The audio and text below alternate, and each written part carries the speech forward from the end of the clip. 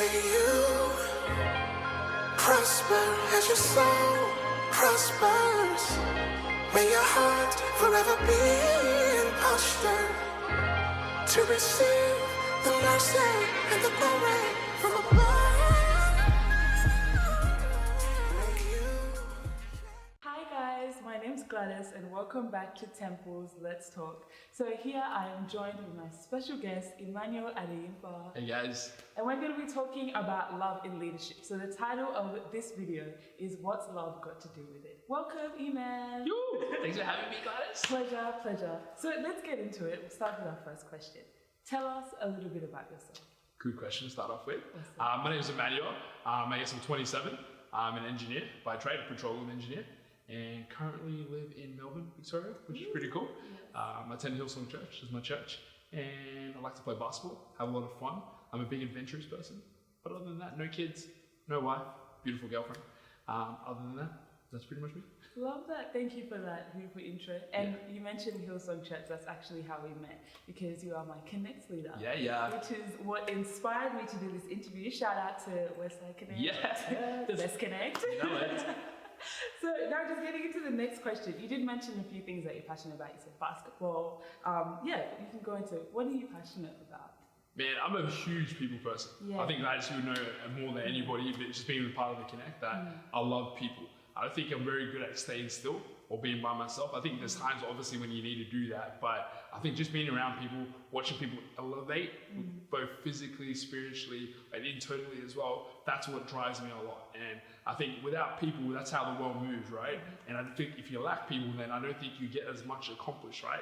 Show me your friends, I'll show you a future. That's kind of what we always say, right? So I think if you surround yourself with great people, those are the always things that will push me forward, and that's what just riles up my spirit to be like, hey, this is exactly what I was born to do. So yes, and I love that answer, because there was a time when I was like, I know I'm a people person, and then when I was by myself, I'd kind of be like, no, I don't like this, and I used to ask myself, there's something wrong with me that I don't like to be just by myself, which I'm learning to work on. But you mentioning that, like, you know that that's a quality that you love, and so definitely. Being around people is where you thrive and you love on people, and I think that's awesome to kind of acknowledge that. There's nothing wrong with loving people. You know what I mean? It's the best.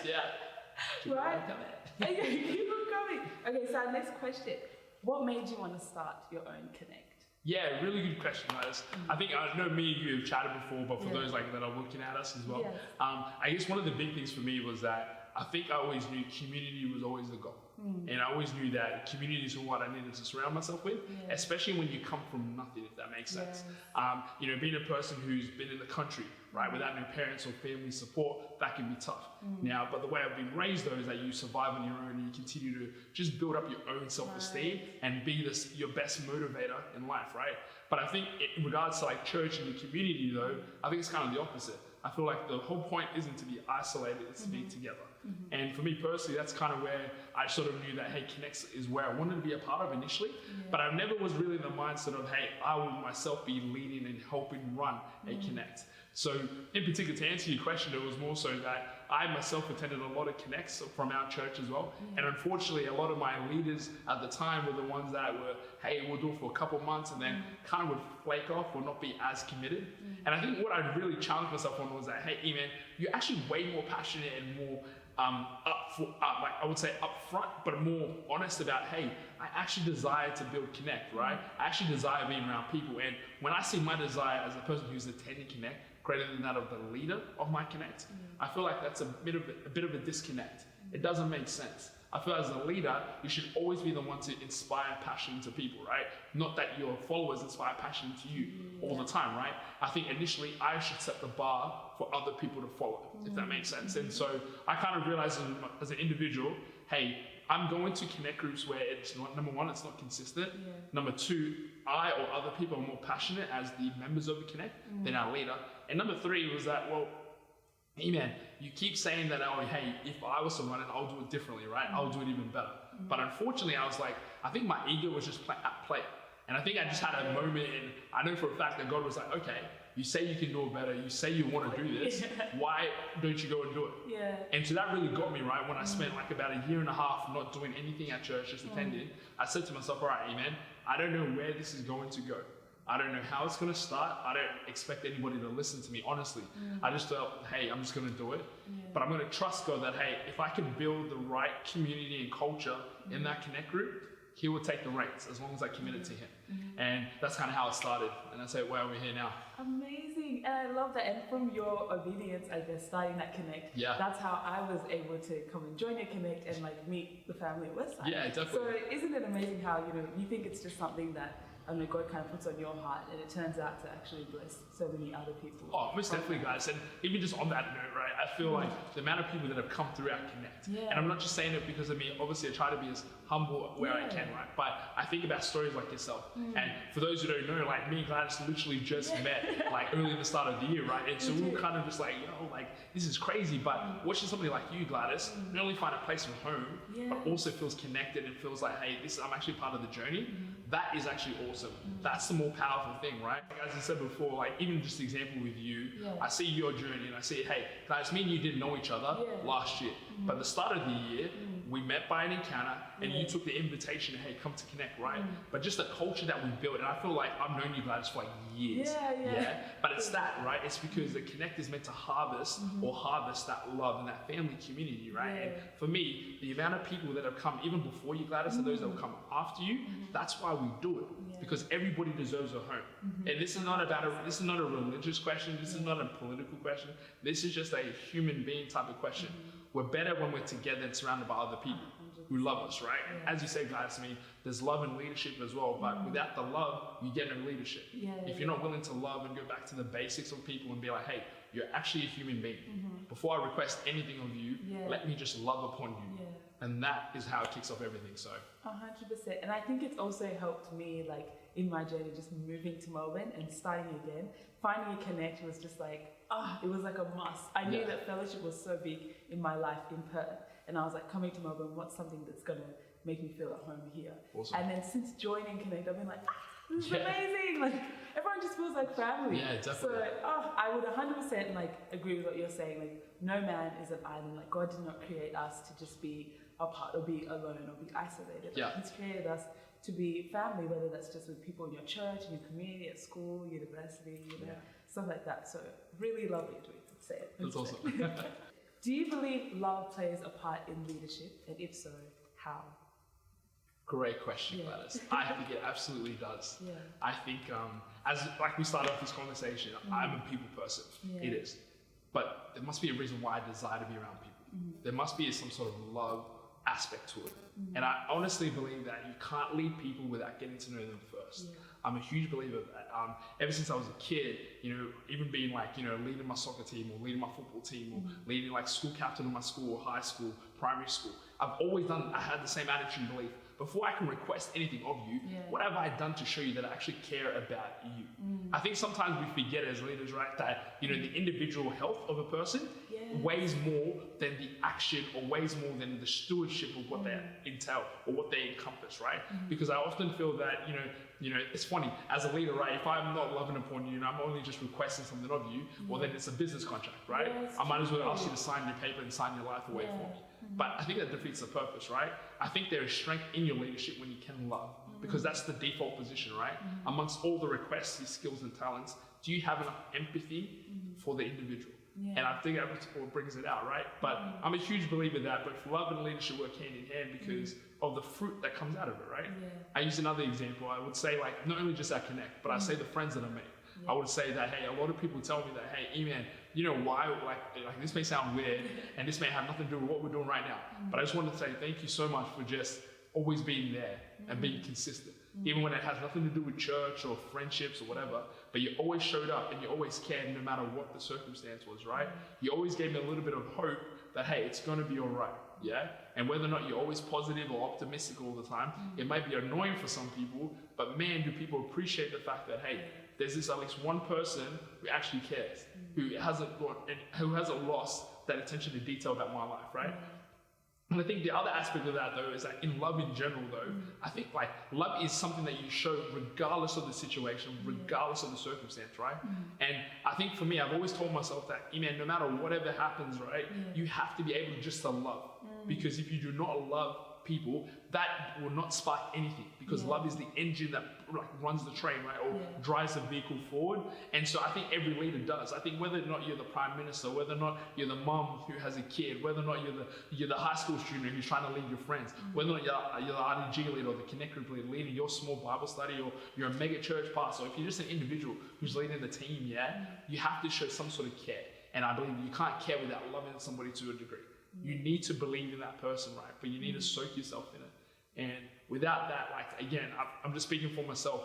I think I would be a poor leader and a very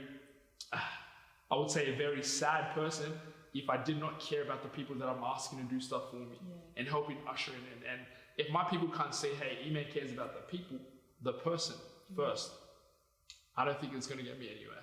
So I'm a huge believer in what you said. I think love happens with leadership. And, sorry that I keep talking as well, guys. By the way, apologies. But just even just what you said, right, just got me thinking a lot about, our Connect again as a good example. I say to myself, okay, out of the love that I have for myself and about the culture and our people in church, I look at the way my leadership has been shaped in church, right?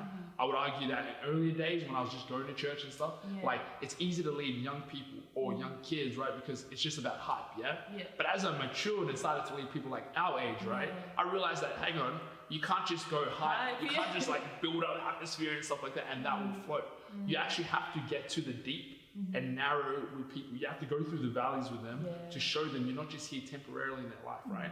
And I think about that, and I think about my leadership, and I say, well, hang on, man, your leadership not only has it matured and been evergreen ever since, but it's actually increased in longevity as well, right? Because you see the effect of what you're doing, but also the effect that we have as a Connect, right? A good example is that our Connect started off as an idea 3 years ago, right? Why is it that our Connect has then gone for 3 years later, strength to strength to strength? Why is it that our Connect has been a temporary house for a lot of people to pass through, but it's the same people who have passed through who are still acknowledging, man, I miss those days, man, it's not here. It's not because of what we do, right? But I think it's because we built it on love. We built it on people, and therefore our leadership, not just mine but yours as well, continues to flourish, because we know at the end of the day it's about the person. It's about what God's doing through them. It's about who God's placed them in there. And if I can't love them, then I'm defeating the purpose. I'm not doing what God's asking me to do. 100%. And why would He bless me with anything else if I can't do the simple fundamentals, which is just to love? So I love how you said that, because even in the Bible it says love is the fulfillment of the law. If you love, then you can cover all the 10 commandments that we all struggle to keep. And even one thing that you mentioned, you were saying how no matter what you do, always say to yourself, like, if I'm not doing it with love, then there's no point doing it all. What led you to that point? Because it's not everyone has that thought process. Yeah, definitely. Well, to be honest with you guys, like, it wasn't like a ooh la la moment sort of thing. But I think when I was in school, like, my parents were always very disciplined, right? They always said, hey, you've got to do what you've got to do to be the best of what you can be, right? And unfortunately, though, I carried that sort of like drive in me. And some would argue it's good, some would argue it's bad, right? I look at myself now and I'm saying, oh, man, that's actually really good. You actually have a drive to keep going. You don't need somebody to be like cheering you on, right? Having said that, though, I argue that, having that pressure and always wanting to be the best wasn't the greatest aspect, right? And so for me personally, guys, I was going through high school, I was doing really well. I mean, I did well in school, no issues yet, but I'll be surprised about how lonely you can be, even though everything around you seems like it was in place, right? And unfortunately for me, I think it was at like second year of university where I was just like, this isn't working. I mean, you physically on paper, you have everything. Like, I'm not a bad kid, didn't do anything stupid. I'm looking after myself. There's no parents around me, man. I'm still being a good steward of what God's given me, right? Having said that, though, I wasn't comfortable to scroll through my phone and be like, hey, I can actually call this person and call them friend. Or I could actually go through these people and be like, oh, I know this person would actually come and help me out. Because I was too prideful, maybe in my own sense, to actually know that I need help. And I think that's what's really triggered the whole love aspect, right? Because when I was by myself, I realized that, hey, you know what, Eman? You're actually alone. So don't sit here and go, what was me, when you put yourself in this position. And I remember I was at Bondi Beach, never forget it. I tell people all this time, I was on Bondi Beach really late after the exam that day, and I couldn't go to sleep. I was struggling, and I was like, man, why can't I go to sleep? Why can't I go to sleep? And so I was just sitting on the beach, just literally after the exam, just looking at the stars, looking at the ocean. Nothing happened, and I was just sitting there. I'm like, God, why? Like, why am I in this position where I don't feel like I have anything, Like, I don't feel like nobody knows what I go through. I don't feel like everybody just knows how small I feel, right? And literally, it wasn't anything miraculous, like I said, but it was just like a moment where I was like, I made a decision. I'm like, you know what, man? I don't want anybody else to feel like this. I don't want anybody to feel this small. I don't want anybody to ever know what it's like to go through life alone, even though I know what it's like myself, but it's no excuse that it should happen for other people. 100%. And so I kind of just made a decision then, and I was like, hey man, whether you like it or not, you're going to be the one that initiates things. You're going to be the one that creates culture. You're going to captivate it and cultivate that attitude and that atmosphere because you know what it's like to be on the other side, right? But I'm also not going to do it just for the sake of making people feel good. I pray that it's always one of those things where it empowers that person to lift off from their current platform, right? And I think that's the credit that I give God for everything he's done through my life. I look back upon the things where I was like, maybe, man, God, after that decision, I then also exceeded my best, right? I've also gone to places where I was like, I never thought I would ever be there. But God's actually helped that happen, right? So I think it was in that moment making the decision. It wasn't easy, by the way. Like, I mean, I can tell you about the countless stories of me just trying to put myself out there. And then be like, ugh. Yeah, exactly. Or being the one to be like hesitating a little bit, like, oh, am I saying it right? Are they gonna like it? Is she gonna be okay? Is he gonna be okay? But I really just had to be like, you know what, even culture isn't something that's for everybody. Especially the culture that you're bringing. It's meant to be subjective, right? However, the goal of culture isn't to flex depending on the mood of society, right? Or to flex depending on the time of day. It's meant to be consistent. It's meant to be something that people know, hey, it's almost like a brand of this individual, right? And so I think I made a decision that, hey, my brand is going to be, hey, I'm going to be not just the loudest person in the room, but I'm going to be the person who pays attention to details, right?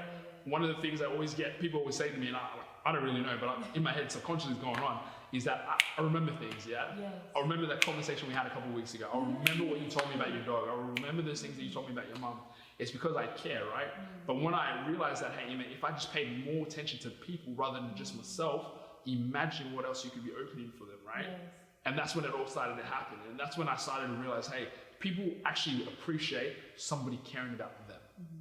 All this time I thought to myself that, hey, nobody's caring about me, right?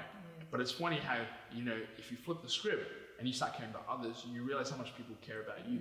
But imagine how much times like God's been doing that for me, right? He just wants me to turn to him and be like, hey, I actually do care. Wake up, like I'm actually here for you to help, right? And so I think that's what really helped me to kickstart that journey a lot. And again, I thank God for it. Like even before that happened, I think people would be very shocked to see, hey, man, that's actually how you were. You were very quiet. You didn't really say much. You were just there. I was just present. Like it's funny. I say to people that, I was in the room, but I wasn't a part of the room, right? Because physically, I don't think I was adding any value or any atmosphere. But now, though, I can definitely say, hey, if I'm coming in that room, I'm coming in hot. I'm coming in ready to be like, I'm ready to go. Does that make sense? But I also realize as well is that, everybody has the ability to elevate the atmosphere, right? My choice is that every single time I walk into a room, I will elevate that. Whether people like it or not, I will do that. Not because I want the attention upon me, but I know, and I've seen it with my own two eyes, when I chose to get uncomfortable, everybody gets comfortable.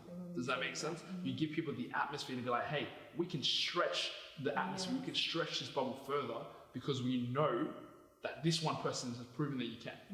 And so, I found that it helps a lot, right? So, and it's funny, like, I say I do it for other people, right, Gladys? But honestly, I think I do it for myself. It gives you joy, I loved how you mentioned also, you were saying like, no, there was one part that you said. Anyway, basically, I believe, and this is something my dad always told us when we were younger, sometimes we go through things and we think it's just about us, but really it's for others. And I think that moment in Bondi Beach really transformed you and was able to help you bless others just by you kind of stepping out. And in doing that, you actually got so much more blessed because you just said like you thought you're doing it for others, but really like this brings you joy. Exactly. It's just, you're absolutely right, guys.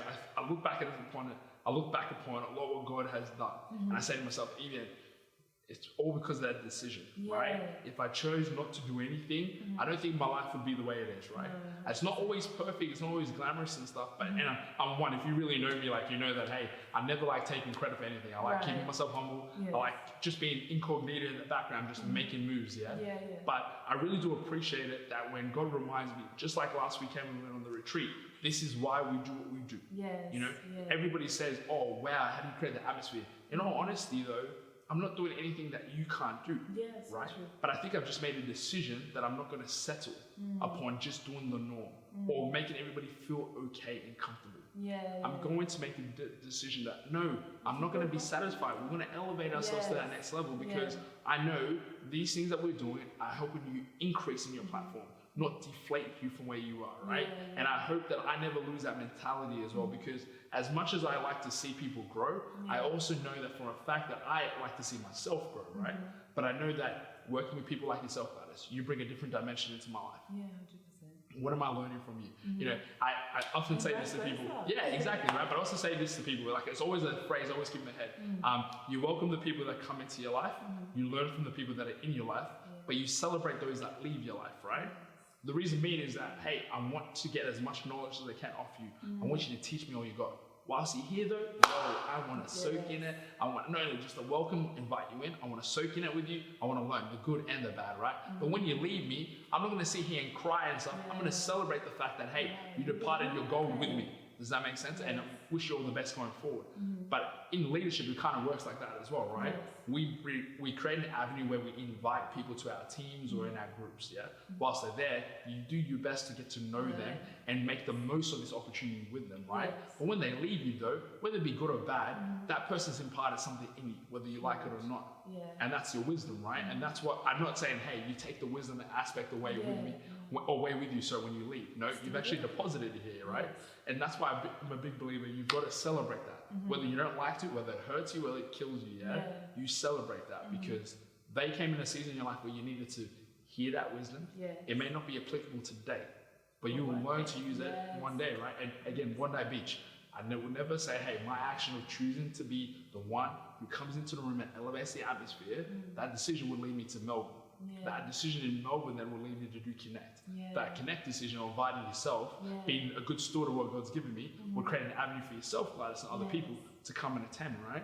But again, you know, it all started because of a decision, like you said, choosing to love. As God so loved the world, He gave, right? Well, hey, I love, so I'm going to give to the people that I'm living with. So. Amen to that. And I'm a firm believer that God honors decision makers. Amen. So I appreciate the decisions that you've made in your life, and I'm inspired by the decisions that you've made in your life. Great. Choosing to love. Appreciate it. Nice. Thanks for joining us today. Thank you for having me. I mean, Appreciate do you have any final words? I guess if you want to say final words. Oh, so much pressure. Shout out to Nike jokes. No, I guess honestly, I appreciate you, and I guess for everybody who's online or who's watching this, for me personally, like it's been an awesome opportunity to get to know you, Gladys. And this is not a humble brag. This is not a just positive because it's your show. I'm on your channel or anything like that. But I think generally, I appreciate what you've done for me, and I appreciate what people do for me in general, right? I may not always be the most welcoming individual. I can understand that. I can be too much for people. I can be very little for some people, right? But I would honestly say, I hope you leave every conversation with me knowing that, hey, Eman backs me, whether I like it or not. I know Eman's going to be on my side, right? He's championed me to win. And all I could really encourage everybody is that just don't be afraid to be you. Don't be afraid to be different. Don't be afraid to go against the grain for a reason. And I'm not trying to egg you on. I'm not trying to say, hey, go be stupid or anything. But like, I just honestly believe that sometimes you just got to trust your gut, Trust that God's going to move you. Trust that God's going to lead you to where He needs you to be. But don't be afraid. It's not going to be easy. It's not going to be okay. It's not going to be comfortable. There's stuff in my life where I'm like, man, Amen, you shouldn't have done that. Or, Amen, you are sacrificing your sleep, your time, your money to make this one little thing happen, right? But man, would I do it again because I know the outcome. If I knew what I knew now, I would have banked more in the past, 100%. Right? But I just want to say, keep the faith, keep going hard, and just don't lose sight of what God's given you. Even if it doesn't seem like your vision's here today, I'm a big believer, even for myself, I ask myself, Amen, are you comfortable with where you are today? No. Having said that though, am I going to lose sight of the vision that I think God's got for me? No. But I'm going to do everything that it takes to do it in fun, in life, enjoy and just smile and have fun, It's not going to be easy, but again, just hold on and just keep doing what you do, but just don't be afraid to, and I guess the other thing would be, just never underestimate what you're doing. I can't stress it enough. Even if it doesn't look like it's working or like it's doing anything, just keep going, because I've met people that I would never believe. I joke around sometimes in our connect. Yeah. I just don't know what it is about this person that wants to keep coming back. Yeah. I look at that person and say, man, I don't feel like this person's enjoying the atmosphere. Yeah. Let alone I get a message or I get a call, be like, this is epic. And I'm like, never judge a book by its cover, right? You just never know. So that's all I got. I love that. Baby steps, but it still makes an impact. You know what? Even baby steps make an impact. Yeah, that's I so love true. That. Thank you so much for joining us. No worries. Thank you for having me. Appreciate it, Temple guys. Yes. Guys, look forward to more videos coming in future. And if you enjoyed this video, let us know. Let us know what touched your heart or what resonated with you. Thank you for joining us, and I'll see you guys soon. Bye. May you prosper as your soul prospers.